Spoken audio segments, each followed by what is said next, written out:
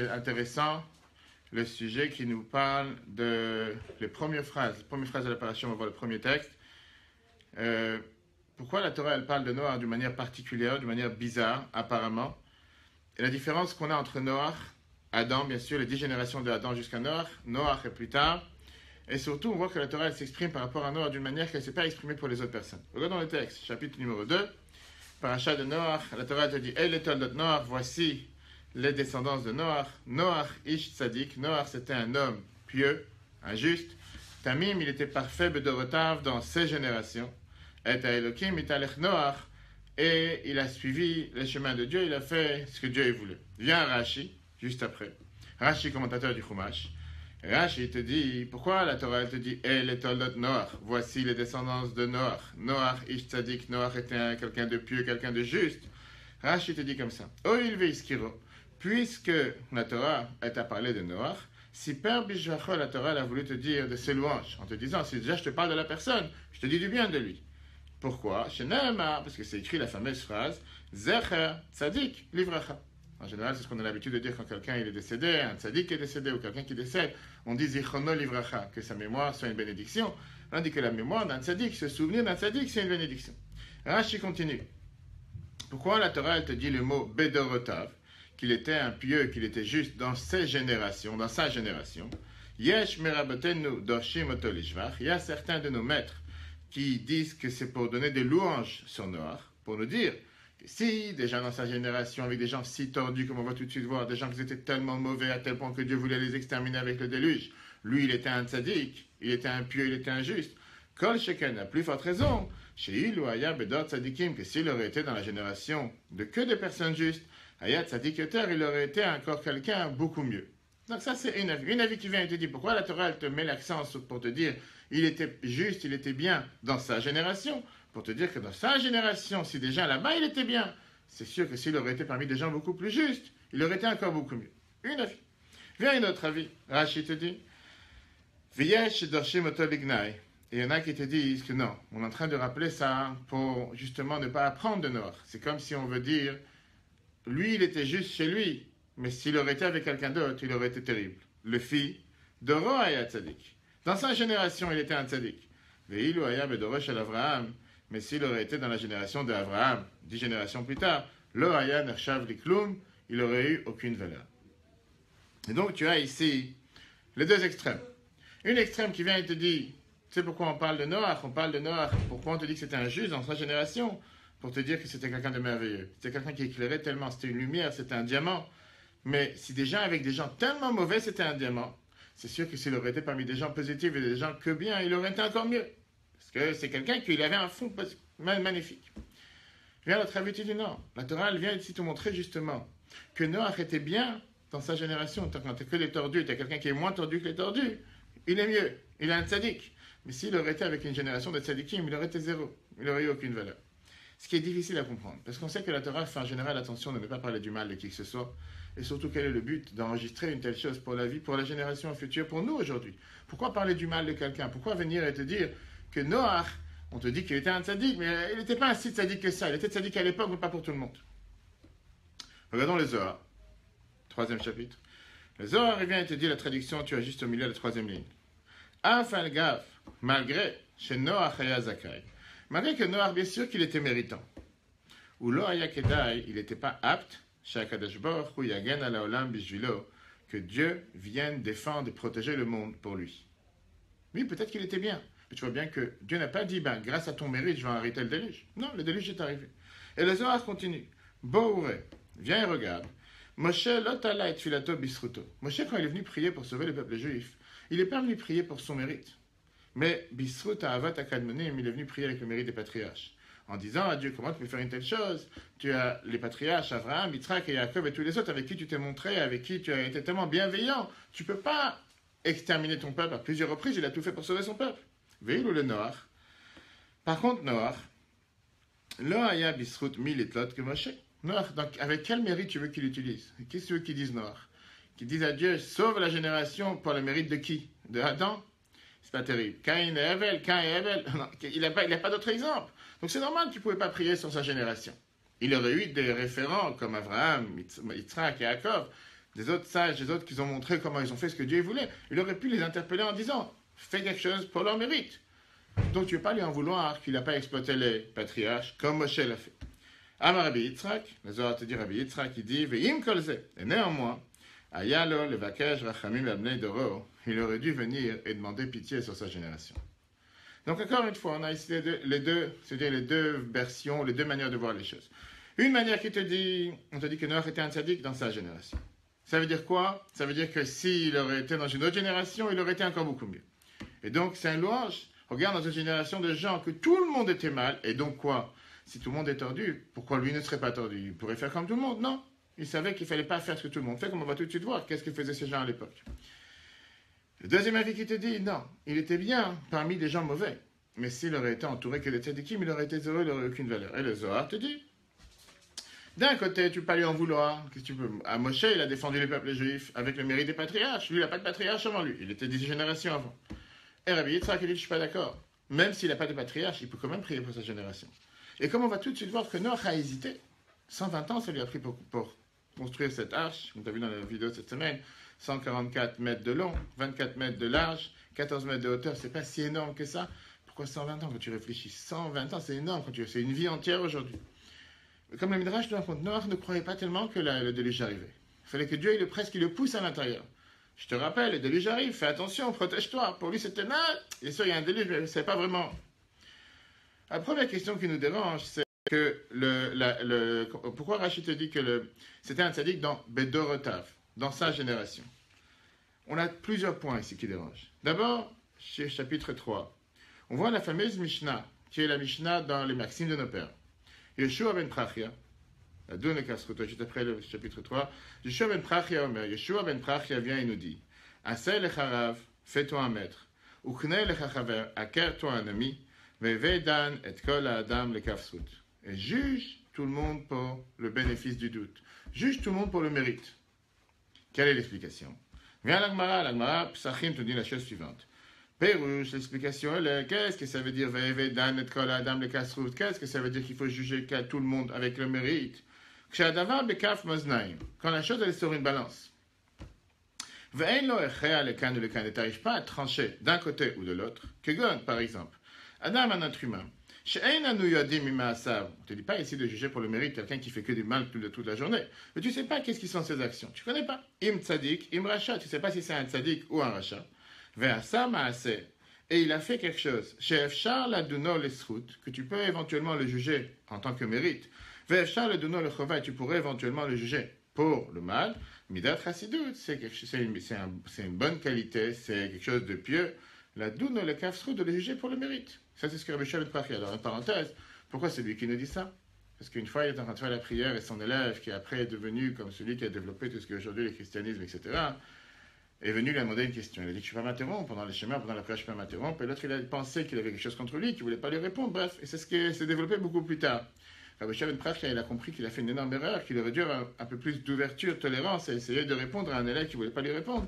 Et c'est pour ça qu'après, dans la Mishnah, il vient et nous dit, quand quelqu'un il vient et te demande n'importe quelle question, juge-le pour le bien, juge-le positivement. Tu ne peux pas savoir vraiment s'il y a ici quelque chose de mauvaise intention. Pas encore une fois.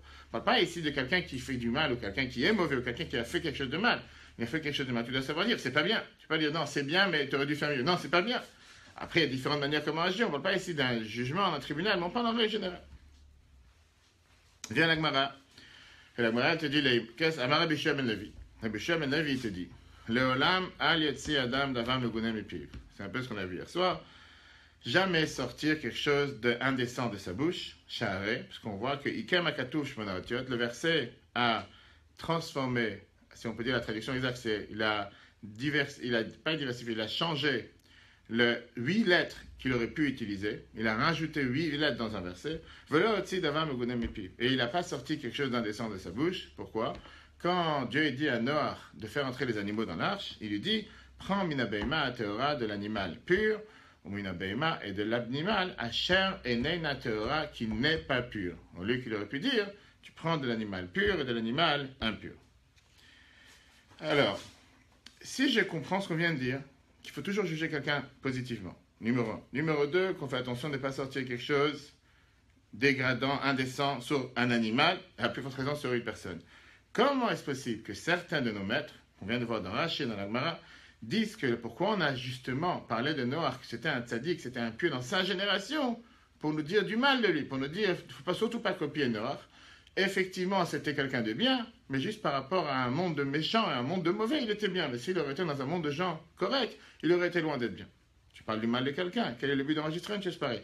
Dis-moi juste qu'il a fait quelque chose de positif. Tu parles pas, dis rien, c'est beaucoup mieux. Tu me dis qu'il a fait quelque chose de bien, dis qu'il a fait quelque chose de bien. Il a sauvé sa famille, il a fait... Mais pourquoi me dire il a fait quelque chose de bien? Mais c'est pour sa génération, pour que tu saches qu'en vérité, c'était quelqu'un qui était loin d'être bien. C'est ce qu'on peut comprendre après cette deuxième avis.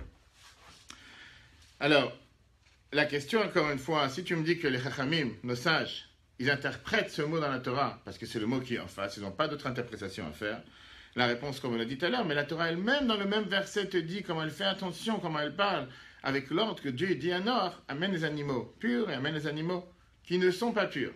Donc la Torah elle-même te montre l'exemple, comment parler de quoi que ce soit qui n'est pas forcément positif. Alors pourquoi pour Noach, la Torah ne fait pas attention?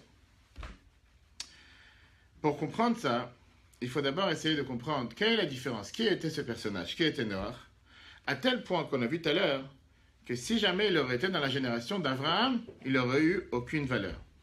Essayons d'analyser et de comparer qui était Noach, qui était Abraham et qui était Moshe. Regardons le chapitre 4. Si on définit rapidement, les trois, ils ont confronté des épreuves et des difficultés envers la génération. Noach avec le déluge, Abraham avec Sodome et Gomorrhe, mais beaucoup plus que ça, avec le fait qu'il était le père du monothéisme, qu'il a fait savoir au monde entier qu'il y a un Dieu sur terre, comme on verra la semaine prochaine. À l'âge de 3 ans, il a commencé à se poser des questions. 72 ans, il a mis pour faire développer. Alors, il y en a qui disent qu'à 40 ans, il a reconnu qu'il y avait un Dieu sur terre. Mais jusqu'à l'âge 75, où Dieu est venu lui dire « Sors de ta terre, sors de ton endroit où tu habites, sors de ton pays natal, et va vers la terre que je te promettrai, qui est la terre d'Israël. » C'est là que Dieu, il a vu, en 72 ans, cette personne, il est réel, il est sincère. Il n'arrête pas de propager, de parler à tout le monde, de faire en sorte que le monde réalise. Il y a un Dieu sur terre. Ça lui a mis 62 ans pour travailler, pour faire en sorte. Et il s'est battu tout seul contre le monde entier. Ça, c'était Abraham. Et Moshe, bien sûr, quand on parle de Moshe, ce qui vient à l'idée la première, c'est par le fait qu'il a sauvé le peuple juif d'Égypte, les 10 plaies, etc. Surtout qu'il a donné la Torah au peuple juif. Et après, tout ce qu'on a vu dans le désert, tout ce qu'il a fait pour se battre, pour juste pas seulement se battre pour le bien du peuple juif, mais pour se battre, pour faire en sorte qu'à chaque fois qu'ils vont, on va dire, une attaque, où il y avait quelque chose, quoi que ce soit qui se passait pour exterminer le peuple juif, parce qu'ils faisaient telle et telle erreur, il n'était pas en train de dire qu'ils ont fait quelque chose de bien, mais il prenait toujours leur défense, à tel point qu'il n'a même pas lui-même mérité de rentrer en Israël. Pardon, donc ça c'est les trois. Maintenant, regardons qu'est-ce que chacun il a fait par rapport à la société dans laquelle il vivait. Quand tu prends Noach, il a peut-être essayé, qu'on va rentrer après dans les détails, d'avoir un impact sur la société, mais il n'a pas réussi. La preuve est que Dieu l'a envoyé le déluge. S'il aurait eu un impact sur la société, il n'y aurait pas eu de déluge. Il aurait fait faire tchouva. Si les gens se seraient améliorés, ils auraient changé. Ça n'aurait pas été un déluge et le monde aurait été beaucoup mieux sans. Abraham, lui, il a réussi. Abraham, il a réussi à propager il a propagé cette croyance en Dieu. Enfin, le monde idolâtre, Abraham lui-même n'a pas grandi dans un environnement juif, n'a pas grandi dans un environnement où il y avait un Dieu sur terre, il y avait beaucoup de dieux. Et comme Maïmonide nous raconte très intéressant, comment, on verra ça la semaine prochaine en détail, comment il a commencé à se poser des questions. Il s'est dit, c'est pas possible que c'est le soleil, parce qu'il disparaît la nuit. C'est pas possible que c'est la lune, elle disparaît le matin. C'est pas possible que c'est le jour, parce qu'il s'est dit, il y a bien quelqu'un qui dirige cette planète, jusqu'à ce qu'il s'est dit, peut-être ce sont ses idoles. Et comme la Torah nous raconte qu'une fois, il y a quelqu'un qui est venu acheter, une idole chez son père qui vendait des idoles. Il lui a dit, mais je t'ai vu la semaine dernière. Parce que lui tenait le magasin de son père. Il lui a dit, mais je t'ai vu la semaine dernière. Qu'est-ce que tu viens faire encore une fois? Combien d'idoles tu as besoin à la maison? Il a dit, non, c'est catastrophique. Et pourquoi? Il fait, dans la nuit, il y a eu un vol, un cambriolage. Je m'envoyais les idoles. Il fait, t'entends ce que tu es en train de dire? Tu es en train de me dire que tes dieux, en qui tu crois et en qui tu pries, ont été eux-mêmes volés, ils sont même pas capables de se protéger eux-mêmes, et tu viens me dire que tu en achètes pour qu'ils te protègent à toi? Laisse-moi tranquille. Et c'est pour ça qu'il s'est révolté. Jusqu'à ce qu'il s'est dit, il y a bien ici un être suprême, spirituel, qui est hors norme, qui n'est pas sur cette planète, que lui dirige cette planète. Parce que si c'est quelqu'un de cette planète, si c'est les océans, si c'est les montagnes, c'est pas possible, ils sont tous limités. Ils sont tous existants aujourd'hui, peut-être pas existants demain, avec tout ce qu'on voit ce qui se passe sur la planète. Donc Abraham, il a réussi. Comme la Torah nous dit que quand il est sorti de Haran, il a réussi à faire en sorte qu'une masse énorme de personnes sur Terre l'a suivi. Les hommes l'ont suivi, les femmes ont suivi sa femme, Abraham et Sarah, et au départ, Abraham et Sarah, et ça on verra la semaine prochaine. Et quand on parle de Moshe, bien sûr, est celui qui a transmis la Torah au peuple juif, avec toutes les erreurs qu'ils ont pu faire. Le peuple juif est devenu le peuple élu, le peuple choisi, il a donné la Torah. Troisième point qu'on va analyser en la différence entre... Donc, le premier point qu'on a vu, c'était par rapport à Noach, Abraham et Moshe, comment ils ont agi envers la génération. Pas comment ils ont agi. D'abord, quel était leur point fort? On a dit que Noach, son point fort, c'était dans sa conduite personnelle, mais il n'a eu aucun impact sur le reste. Abraham, il a fait savoir qu'il y a un Dieu, et Moshe, il a transmis la Torah. Deuxième point, on a dit est-ce qu'ils ont eu un impact sur la société? Noach, zéro. Il a essayé, mais il n'a pas réussi. Abraham, il a réussi à faire savoir justement qu'il y a un Dieu sur terre, cette croyance en Dieu. Et Moshe a réussi à enseigner la Torah à tous les peuples juifs. Maintenant, voyons le troisième point, ce qui nous concerne aujourd'hui, dans cette paracha. Est-ce qu'ils ont prié pour leur génération? Noach n'a nullement, aucunement, jamais prié pour sa génération. Dieu lui a dit, je vais amener un déluge. Je fais, ah bon? D'abord, quand on était là, il n'était pas si sûr que ça. Et il ne croyait pas forcément que le déluge allait arriver. Il a pris ça, on va dire, à la rigolade. Il s'est dit, c'est pas possible, il ne va pas détruire. Le monde vient d'être créé. Mais en tout cas, il n'a jamais essayé de faire en sorte que sa génération fasse tchouva, se repente et ramène et revienne dans le bon chemin. Le Midrash nous raconte comme quoi les gens ont vu construire un tel paquebot. À l'époque, ce n'était pas quelque chose de normal de construire des yachts. Et ils ont dit, qu'est-ce que tu fais? Et Dieu, il a dit qu'il y a un déluge qui va arriver. Et 120 ans que les gens passent en train de voir, ce n'est pas quelque chose que personne n'est au courant. Tout le monde est au courant qu'il fait savoir à tout le monde. Et ça ne vient pas à l'esprit de dire, mais changez.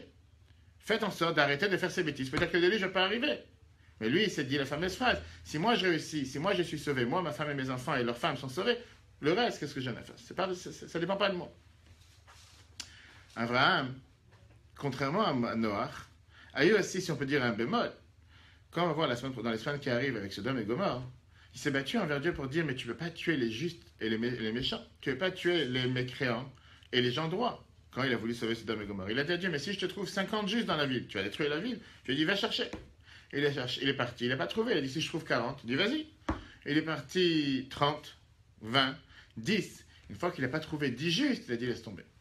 Tu peux détruire. Et tout le monde lui reproche en disant, pourquoi tu as prié que pour les justes? C'est-à-dire que s'il n'y a pas 10 justes, tous les mauvais, tous les mécréants, eux, ils peuvent être exterminés. C'est ce qui s'est passé. C'est qu'Abraham, il s'est dit, si je ne suis pas capable de trouver 10 personnes justes dans cette ville, ça ne mérite pas d'être sauvé. Moshe, toute sa vie, il s'est battu pour les plus grands fauteurs. La faute du veau d'or, c'était une faute qui était... Comment tu peux faire le veau d'or après tout ce que tu viens de voir en un an, les diplômes, Dieu t'a sorti d'Égypte en tant qu'esclave et finalement arrivé au moment le plus grand sur terre pour la raison pour laquelle tu es sorti d'Égypte, pour recevoir la Torah, pour accepter, et c'est le but pourquoi tu es sorti, pour servir Dieu, et là tomber avec la faute du veau d'or. Et néanmoins, Moshe, il arrive et dit à Dieu, si jamais tu ne leur pardonnes pas, efface-moi de ton livre. Et ce n'est pas la seule fois. Après, sans arrêt dans le désert, à chaque fois que Dieu s'énerve en disant « J'en ai marre, je ne suis plus les supporter, je vais les exterminer, je vais construire un nouveau peuple », sans arrêt, Moshe revient et il se bat pour qui? Pas pour les gens sympas, pas pour les gens justes, pas pour les tzadikim, mais il se bat pour ceux qui faisaient les fautes. Regardons dans la phrase que la Torah a été dit. Quand la Torah a été dit « Tzadik tamim bedorotav », qu'il était injuste dans sa génération, on apprend justement qu'il était injuste parmi les gens. C'est comme si je te dis, tu es malheureusement avec des délinquants. Il y a les chefs, il y a les choufs, il y a ceux qui vont sur le terrain, et il y a ceux qui sont juste, font partie de la bande, pour dire qu'ils font partie de la bande. Mais ils n'ont rien fait de spécial. Tu ne peux pas les inculper, tu ne peux pas leur mettre la faute, comme tout le monde, ils font partie de la bande. Mais eux, c'est les gentils de la bande, ils n'ont rien fait de spécial, ils n'ont rien fait de mal. Non, la Torah te dit, la médiocrité, le mal que les gens de sa génération faisaient, c'était un mal qui était essentiellement entre une personne et l'autre. La Torah, la phrase que la Torah elle emploie dans la troisième ligne, Vatishachet haaretz ifna Elokim, la terre était détruite devant Dieu. Vatimale haaretz ramas, la terre s'est remplie de vols. À tel point qu'on nous dit que chacun il essayait de voler ce qui appartenait à l'autre. Une histoire comme on l'a raconté hier soir, une des histoires que le Midrash nous raconte, puisque jusqu'à aujourd'hui ça existe. Quand tu vas dans un magasin, tu as le droit de goûter à ce que tu veux acheter, au cas où c'est un bon produit ou pas. Ils venaient en bande organisée dans le magasin, chez un petit patron, on va savoir. Au lieu de vouloir acheter réellement, goûter pour acheter, tout le monde venait dire on veut goûter de ça, on veut goûter de ça. Et à la fin, ils finissaient la marchandise et personne n'achetait rien. Et comme ça, les personnes faisaient faillite. Pareil avec les autres idées de vol. On a dit qu'ils étaient en train de violer n'importe quelle femme et n'importe quelle fille qui trouvait sur terre. Il n'y avait pas de loi, il n'y avait pas de valeur éthique et morale, tout était permis. Et l'idolâtrie, qui était très répandue. Qu'est-ce que ça veut dire que Noach c'était alors un tzaddik? Par rapport à ces gens-là, c'est pas qu'il avait une énorme croyance en Dieu, il n'a pas développé, c'était pas le père du monothéisme, il n'a pas développé la foi en Dieu, il n'a pas développé qu'il y a un Dieu sur terre, mais lui il ne s'est pas comporté comme ces gens-là. Donc tu ne veux pas le juger dans le même cas, dans la même catégorie que les autres. Effectivement, quand tu le compares avec les autres, c'est pas un voleur, c'est pas un violeur, c'est pas quelqu'un qui fait l'idolâtrie. Mais Tu vois quelqu'un qui fait quelque chose de mal, essaie de l'arrêter, essaie de le stopper, essaie de lui dire mais pourquoi?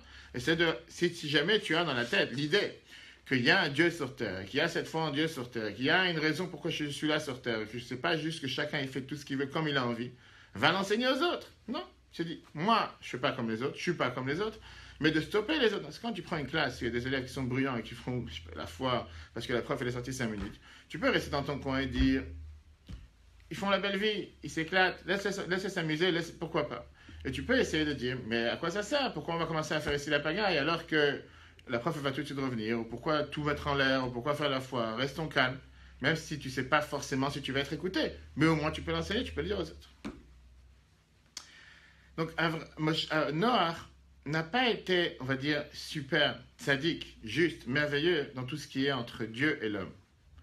En parlant, même si tu me dis qu'on n'a pas encore reçu la Torah à l'époque, peu importe. Il y avait ce qu'on appelle les patriarches, ils ont fait la Torah avant qu'on la reçoive. Il y avait cette idée qu'Abraham a réussi à développer plus tard, des générations plus tard. Noach était quelqu'un que dans l'humain, dans la société, il se comportait comme quelqu'un de normal. Oui, c'est tout à fait normal de ne pas voler, c'est tout à fait normal de ne pas insulter, de ne pas faire du mal à des femmes ou des filles. Mais rien de mieux. Mais de stopper, d'arrêter que les gens le font. Ça, il n'a pas fait. Alors que quand tu prends Abraham et Moshe, ils sont partis dans une émotion totalement totale. Ils ne se sont pas suffis avec la société, ils ont enseigné ces valeurs spirituelles, ces valeurs éthiques, de savoir qu'il y a un Dieu sur terre, et qu'il y a la Torah sur terre comme Moshe a enseigné, et qui est totalement différent de juste vivre et être un bon citoyen, ou d'être une bonne personne en se comportant totalement noble, mais il y a des valeurs beaucoup plus qu'être noble, matériel, bon citoyen. Il y a aussi ce qu'un juif, que la Torah nous demande de faire, de croire en Dieu, propager le bien, faire du bien envers les autres, etc., etc.